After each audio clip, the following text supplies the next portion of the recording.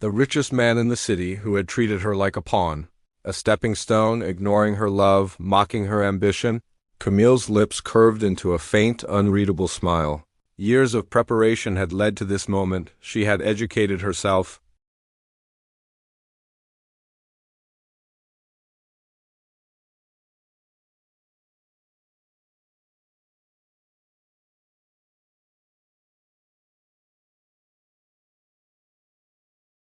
He remembered her beauty, her vulnerability, but not the fire that now radiated from her. Camille approached the stage where he was speaking. Her posture graceful, her presence commanding, applause erupted as she was introduced, not as the meek girl he once knew, but as a woman of power and influence. The air thickened with tension. Alexandra's smile faltered, and for the first time in years, uncertainty shadowed his confident demeanor. Camille's eyes met his, and he saw not love, not longing, but a cold determination. She had endured 99 wounds, and each had forged a blade of patience, cunning, and strategy. Months later, Camille orchestrated business deals that brought Alexandra's empire to her hands. His wealth became intertwined with hers, and as she accepted his marriage proposal, the world saw romance and admiration. But behind closed doors, it was calculated, a careful dance of power and reclamation.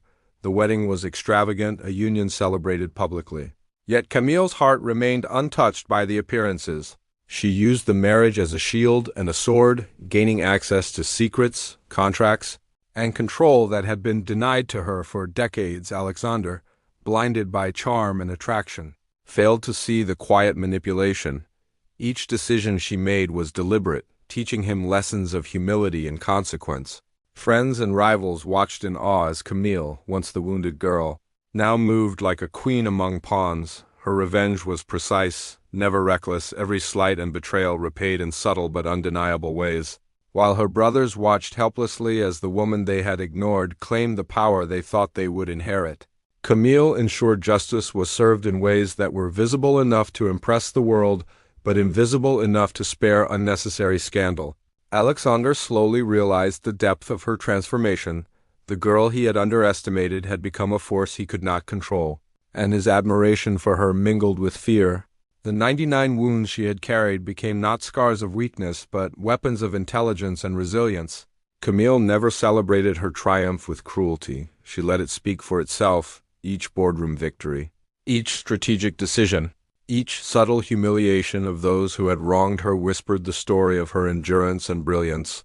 She forgave when necessary, punished when deserved, and always remained several steps ahead. Friends and allies recognized her genius, enemies feared it, and Alexandre for the first time understood what it meant to be truly humbled. Years past, Camille's empire grew, her name synonymous with intelligence, beauty, and power, yet she remained grounded.